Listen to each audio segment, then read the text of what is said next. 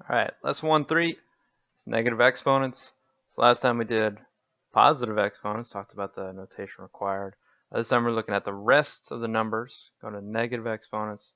So before we do anything else, in case we didn't do it last time, if you've done this before, you can skip ahead here, is we're going to make ourselves a perfect squares chart. And this is just a helpful thing to have.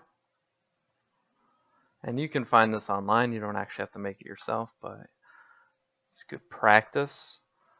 So perfect squares means a number times itself. So if we say 1 to the second power is equal to 1 times 1, which is equal to 1. Okay? And 2 to the second power is 2 times 2 equals 4. And 3 to the second power is 3 times 3 equals 9. All right, you get the pattern here. And then we can do the opposite of that. So we can say the square root of 1, which is to say what number times itself equals 1, and that gets us back to our original base. So our next one would be the square root of 4 is equal to 2. And the square root of 9 is equal to 3. So whatever answer we end up here, right, will be the next square root on our list, and that gets us back to original base number. So we can go all the way down. And really, in middle school, if you can get to 25, if you know 25 squared, 25 times 25 equals 625. It's a good fact to know. And if you know everything between 1 and 25, all those perfect squares, be in a pretty good position to do, basic math. Okay? And then we can say the square root of 625 is equal to 25. Okay? And then in addition to that, because you see a couple of them through the year, is not only do we have perfect squares, but we have perfect cubes.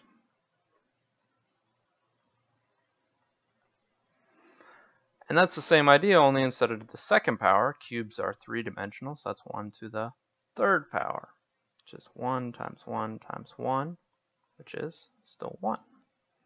And then 2 to the third power is 2 times 2 times 2, which is 8. And then again, it's just repeating the same idea, only since we're doing it 3 times here, these numbers get fairly big, fairly quick.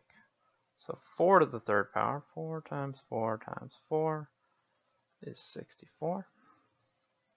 5 to the third power, 5 times 5 times 5 is 125. 6 to the third power, don't freak out, 6 to the third power, 216. Yeah. 7 to the third power, a little bit luckier than the previous, is 343. 343. Okay, 8 to the third power. We're only going to go to 10 here because it doesn't really get much farther past that. But since we don't see these quite as much, I'll write them out for you. It's good practice for me too. 5, 12. 9 to the third power, 9 times 9 times 9 is 729. And then 10 to the third power, it's a lot easier. And this is going to tie back to what we're doing next, is an even 1,000. Okay, so then what we can do with that is instead of the square root, it's a cube root. So we put a little 3 on the outside here of our radical. So the cube root of 1 is 1, right? Doesn't change. We still go back to our original base. So the cube root of, our next answer was 8. So the cube root of 8 is 2. And so on and so on. So the cube root of 27 would be 3, all the way down to the cube root of 1,000 is 10. Okay, and when we do some practice problems, you're going to see why those numbers are important. Okay, so let's see. So there's our chart. That'll help us do some math. So next we need to actually talk about is, what does it mean to have negative exponents? It's a pretty complicated, sort of abstract idea to think about. So we try to lead it off with what we already know. So we know about positive exponents. So if we take an easy number like 10, if we say 10 to the second power, okay, is equivalent to 10 times 10, which has a value of 100. Okay.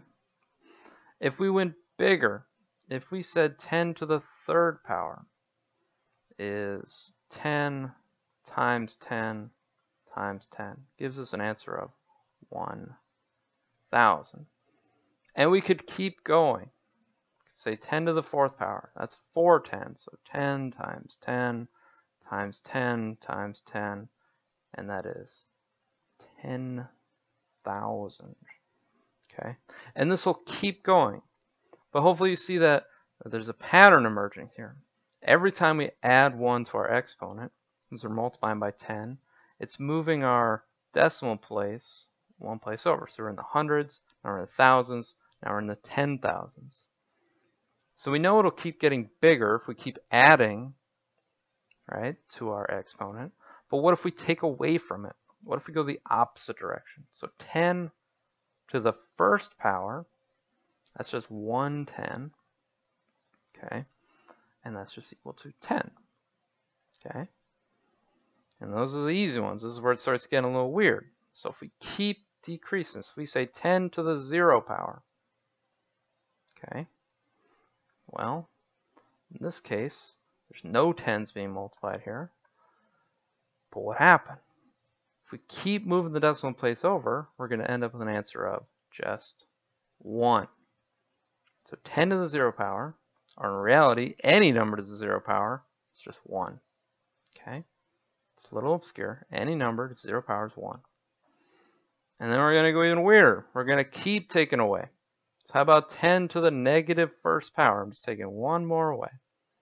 So if I keep moving this decimal over, right, I'm actually going to end up with 0.10 or 0.1. So we're just moving this one more place over. Every time this number changes by 1, it moves the decimal one time. Okay? And what that is, 0.1 is 1/10, is literally 1 divided by 10. Okay? Let's keep going. What if we say 10 to the negative second power? Okay? So I'm going to take my decimal place. I'm going to move it over one more time. So now I have 0.01, which is 1 over 100. And let's put 1 over 100. Okay? But 100, which we had here, is just 10 to the second power. So we can say that this is equivalent to 1 over 10 to the second power. Okay? And the second power, that seems familiar because, hey, look, it was the second power here. Let's see if that continues. So what if we say 10 to the negative third power? So if I keep moving my decimal place over, I need one more zero. So it'll be 0.001 or 1,000th, right? And then 1,000 we saw up here was 10 times 10 times 10, or 10 to the third power. So in reality, 10 to the negative third is 1 over 10 to the positive third. Okay? And what we just did is we established a little mathematical property that's always existed. Let's see if I can't find that. Oh, I wrote them down so that I would get my letters correctly. Hold on. Okay, here it is. So one of our rules of exponents, and if you had notebook paper, this would be a real good time to write it, is that any number, b, right, b can be whatever number it wants to be, to the negative nth power, right, so just some number raised to some negative power is always equal to 1, number 1, over the same base to the positive exponent. Okay? So the only math we're doing here, you don't need a calculator, nothing fancy. We're taking the same number we started with, we're putting it in the denominator of a fraction over 1, and we're changing the sign. Okay, so negative becomes positive. And that's it. That's all it is. Okay, we're going to come back. There's 2 more rules we're going to write down here. Don't let me forget. But let's answer some problems because it's been a lot of talking, not a lot of actual math. All right, so it says express each expression using a positive exponent. Okay, so it's not asking us to solve it. We want to leave it with the exponent, but we don't want it to be negative. Okay, because there are some instances where if you start giving people negative exponents, they freak out. Okay, but we said any number raised to some negative exponent can be rewritten as 1 over that number to the positive exponent. So 5 to the negative third, all we need to do is we're going to say 1 on top, and we're going to take this, and we're just going to flip the sign. So 5 to the third power. And that's our whole answer. That's all we got to do here. Okay, so it seems difficult. It seems like something we've never done before, but in reality, it's pretty easy. Hopefully, I hope. Okay, so what about this next one? 6 to the negative 10th. Same exact idea. So we're going to put 1 on top. It's kind of a big one. Okay, 1 over the same power here, 6, but instead of negative, we're going to make it positive. So 6 to the negative 10th has the exact same value as 1 over 6 to the positive 10th. And again, I don't care what that value is. I just wanted to rewrite it without a negative sign. Okay? So next one tries to get a little tricky with you. So our base is negative, but it doesn't say anything about making a positive base. So we're not going to mess with it. The only thing we got to change is we got to get rid of this negative 5. Okay? So we're still going to start out with 1 over, 1 over, our base stays the same, so still going to be negative 2, but we're going to flip the sign of our exponent. So negative 5 becomes positive 5. And that's it. That's all there is to it. Okay, number 4 is the exact same idea. So hopefully starting to get the hang of it. So negative 3 doesn't change. Never mess with our base. But our power is going to go from negative 2 to positive 2. Okay. And then one last wrinkle, like this, our base isn't a number, but that's okay because we didn't do anything with the base. We just copied it. So we're going to keep copying it. So it's going to be 1 over m. We don't care what m is. All we want to do is we want to change our power. So m to the negative 6 is equivalent to 1 over m to the positive 6. And g to the negative second is just 1 over g to the positive second. And that's the whole thing. Okay, piece of cake. So next part, express each fraction as an expression using a negative exponent other than negative 1. Okay, so this one's going a little bit different. It's saying, okay, we've got a fraction, but I don't like fractions. So instead of a fraction, I would rather have this. Okay, there's no fraction, but it's got negative exponents, but I'm okay with negatives. I'm just not okay with fractions. So it's the same rule. I'll put the rule again. B to the negative n is equal to 1 over b to the positive n. And if you look 1 over a base to a positive exponent, that's what we started with here. Okay, so all we're going to do is we're going to flip it again. So we're going to put this on top. So 4 to the 5th. Okay, but we're going to change the sign. So positive becomes negative. So 1 over 4 to the 5th is equal to 4 to the negative 5th. Okay, same thing for the next two. We just flip it over, and then we change the sign of the power. Okay, that's it. That's all we're doing.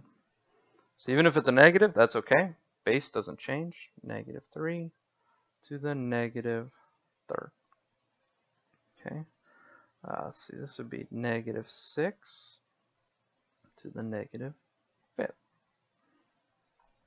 And then the last two, which I guess is really the reason why we did the whole chart here. So 64, there's no exponent here. So it wants us to rewrite this with an exponent.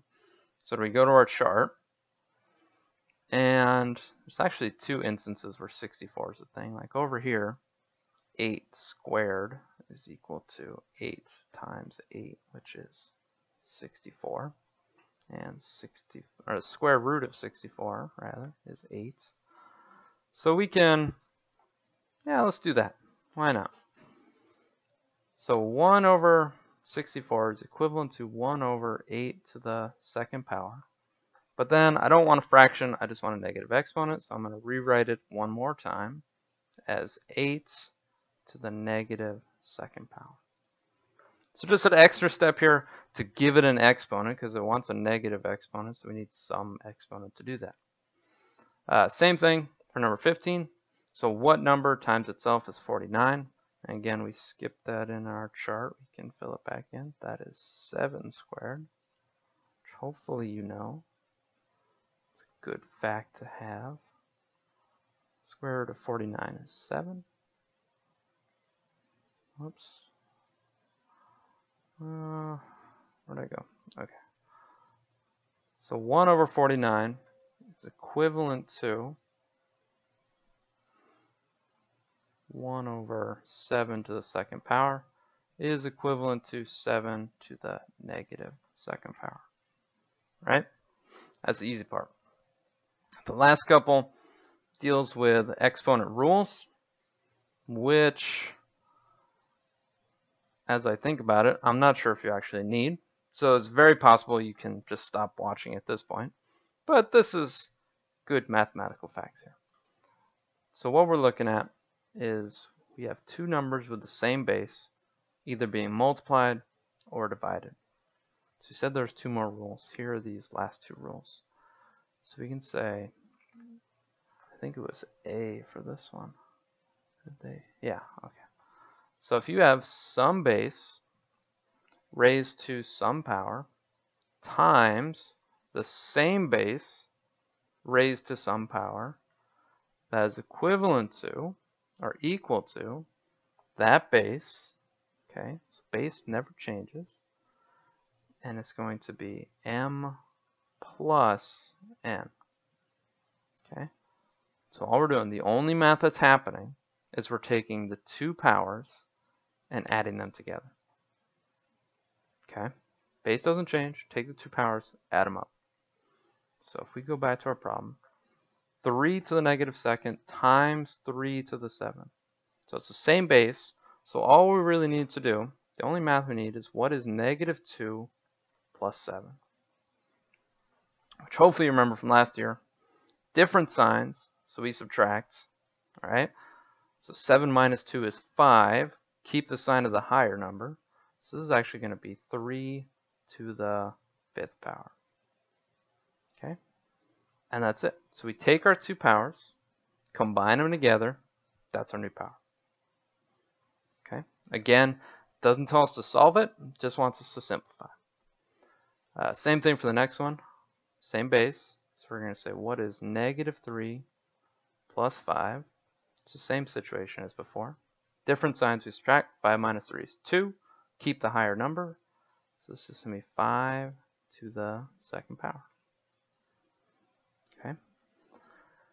Let's see. A to the 4th times a to the negative 7th. So what's 4 plus negative 7?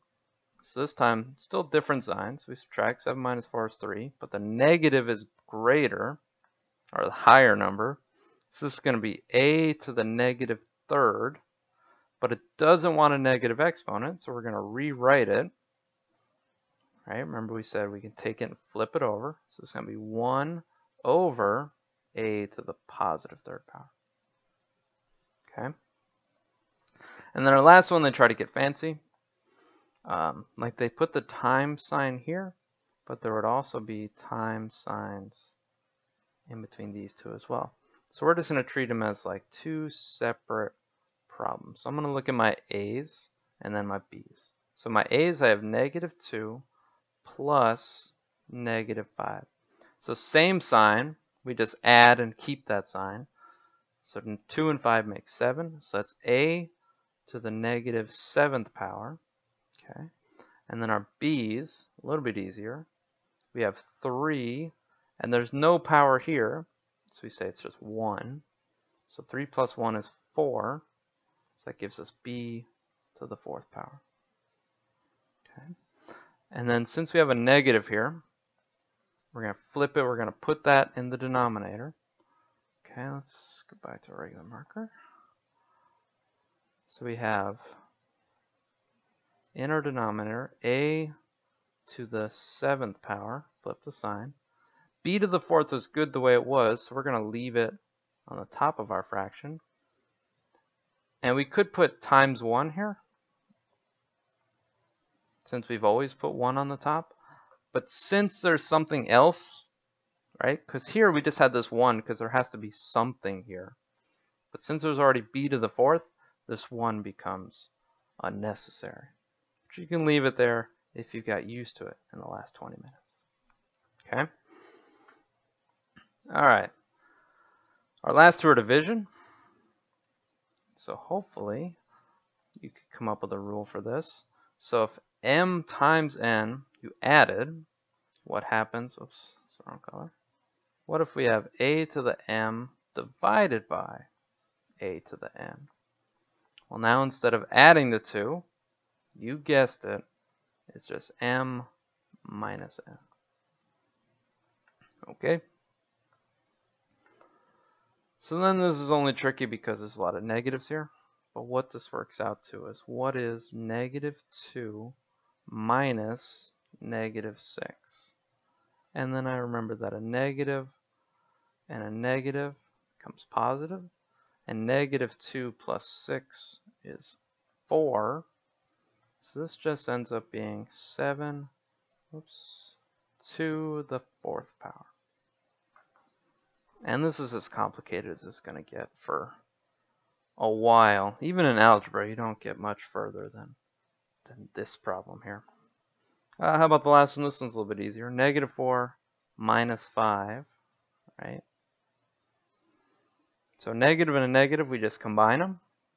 So 4 and 5 makes 9. And then they're both negative, so that stays negative. So if we have x to the -9th power, but I don't want a negative exponent, so that becomes x, 1 over x to the +9th power. And that's it. One more lesson down.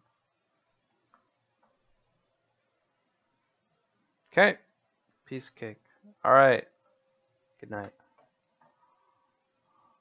One viewer stuck it out through the whole thing. Didn't say anything. That's okay. I appreciate your interest.